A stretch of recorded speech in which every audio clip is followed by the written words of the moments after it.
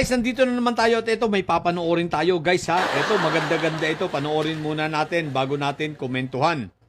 O mga didilis, importanteng mapanood nyo ito sapagkat itong videong ito ay para sa inyo. Okay? Sige, let's go!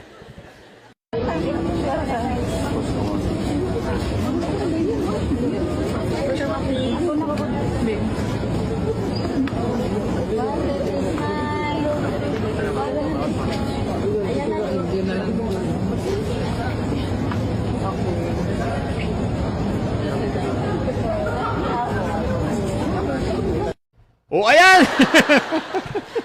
Mga didilis, si Inday Sayad nyo, pinandidirihan kayo. Oh. Isipin mo, yung mga kapwa nyo didilis, magpapapicture lang ng didiri. Anyari? Diring-diri siya guys. Para bang, ang babaho. Kasi naman kayong mga didilis kayo, maliligo kasi kayo.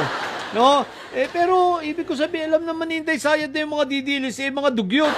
Alam naman ni Inday Sayad na yung mga yan, hindi naliligo.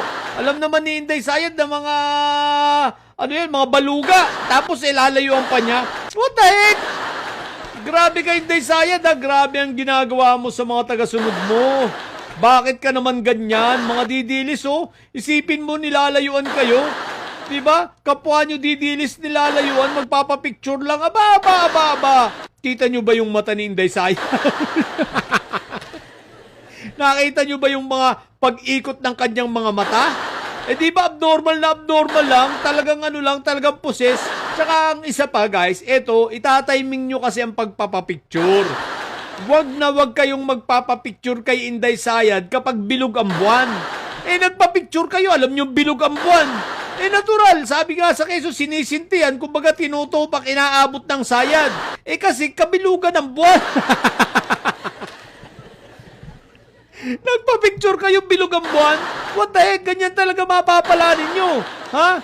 Kaya next time, titingnan nyo muna bago kayo lumapit kay Sayad, bago kayo magpa-picture, titingnan nyo muna ang buwan.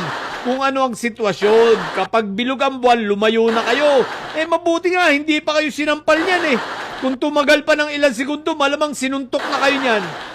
Nanununtok yan, lalo na pag bilog ang buwan. Nang babato pa nga ng laptop yan. Kawala-wala, nang gigilit ng sarili. alam nyo namang siraulo yung inyong pinupuon. Nagpapapicture pa kayo ng bilog ang buwan. Diba? Ang tanga nyo lang. So, walang ibang dapat sisihin dito kundi yung mga didilis.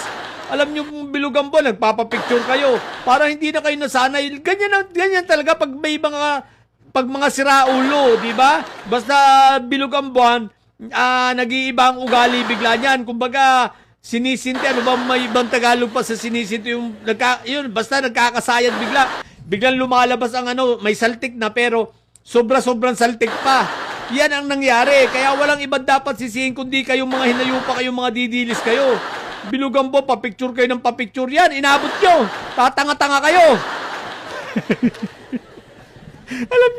Alam nyo siraulo yung puon nyo tapos bilugan po, nagpa-picture kayo.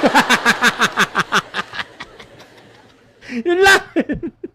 Mga bubo talaga kayo, mga hinawiyo pa kayo. Bye!